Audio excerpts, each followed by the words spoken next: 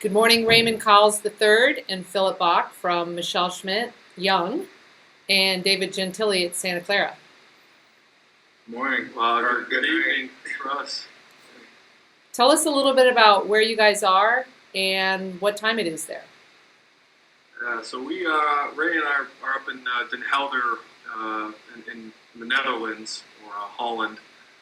We're about an hour north of Amsterdam. It's my second year here playing professionally, and it's Ray's first. So we just got out of practice, second practice of the day this evening, and looking forward to reconnecting with the Broncos. Raymond, can you talk to us a little bit about your first season there? It's very different. The game is different. The level is different. You know, it's a business, I guess. So yeah, it's exciting to see, you know, a different side of basketball and to be able to play at this level. Have you guys traveled anywhere in Europe besides, you're in Holland right now, right? Mm-hmm.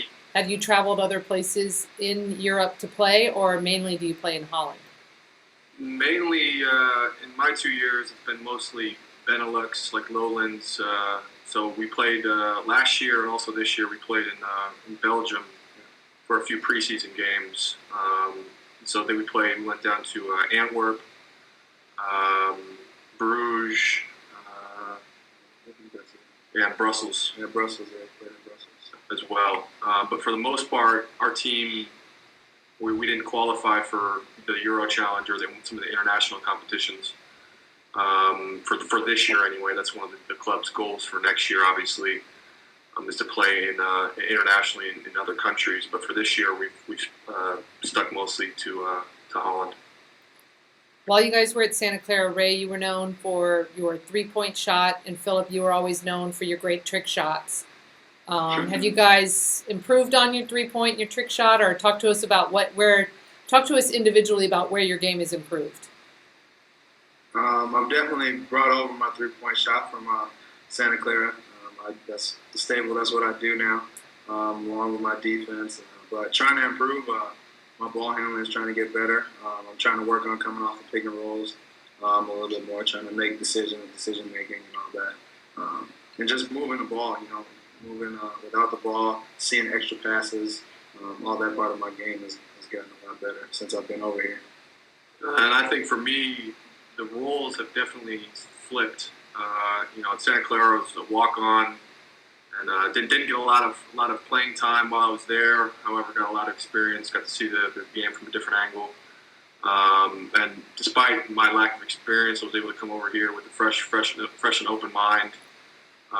My first year out, I averaged 20 minutes a game.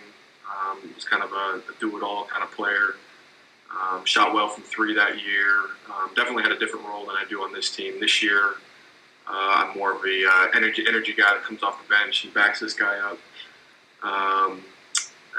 So that's kind of my role for this year. But as far as what I've been improving on my trick shots, our whole arena has a lot more angles than the Levy Center does. So I've been able to incorporate some off-the-wall stuff, and from the top row of the stands a little bit easier than in Levy Center. So a little bit of a different trick shot opportunity for you. And Ray, you mentioned that the game is a little bit different than it is over here in the States. How does the actual game play over in Europe compared to what you're used to here in the U.S.? It's very more team-oriented. You know, not to say that in a bad thing, but the ball moves around a lot more. You know, all five players will touch the ball at least once, if not twice or three times in a possession. And you just swing the ball around.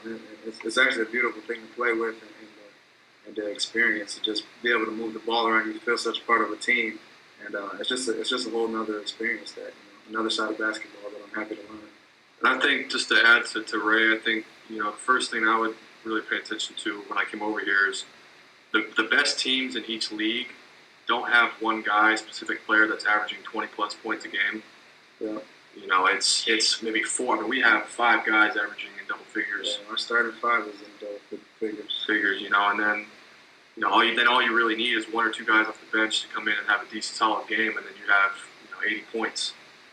And I think also the speed of play is definitely quicker, given the fact that we go from a 35-second shot clock to a 24-second shot clock. So in terms of offense, a good team will take that first open shot if it's there. I think having just watched the Broncos the other night against Gonzaga, I was just looking back on it, saying, "Wow, the game was really different." I think every time I watch the game, you run an entire set and still have at least Santa Clara, you still have a good 20 seconds left on the shot clock. Here it's like you run a set. Okay, now you call head, which is just a simple top pick and roll, and create out of that and use this open floor and space it.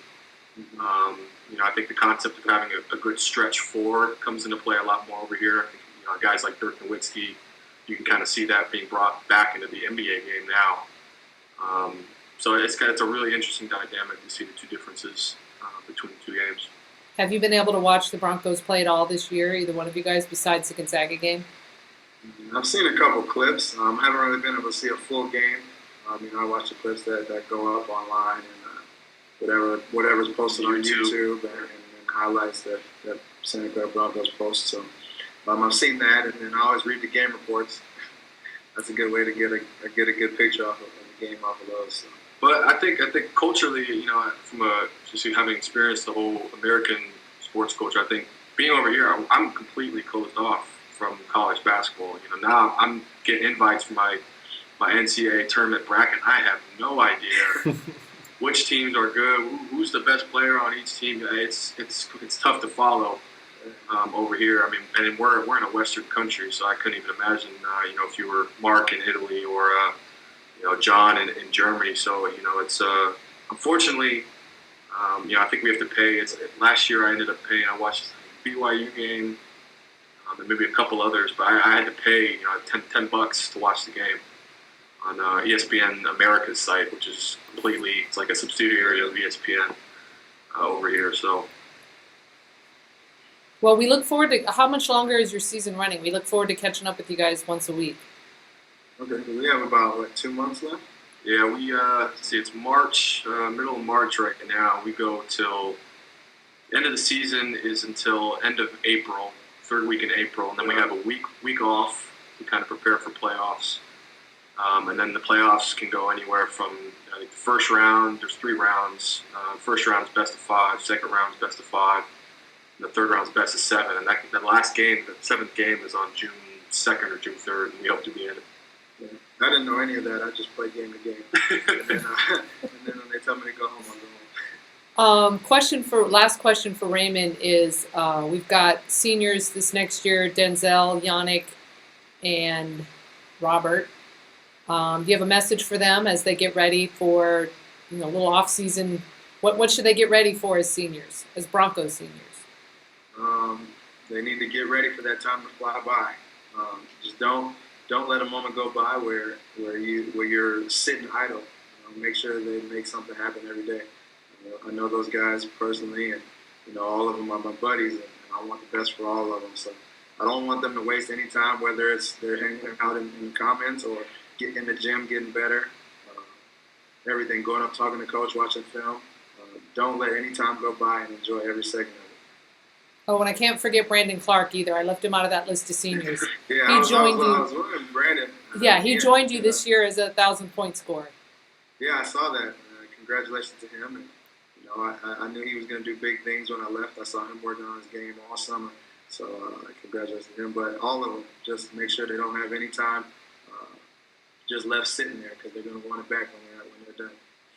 And I think if any of those guys want to make it to the next level, they need to realize that the team needs to do well in order for that to happen. So again, I know a few of those guys have played with mine last year, and again, we hope to see more Broncos abroad after next season. Okay, most definitely. Great. Well, thanks a lot, you guys, for your time. We look forward to catching up with you. Oh, yeah. Thanks, Michelle. Sounds good, Michelle, David. Thank you.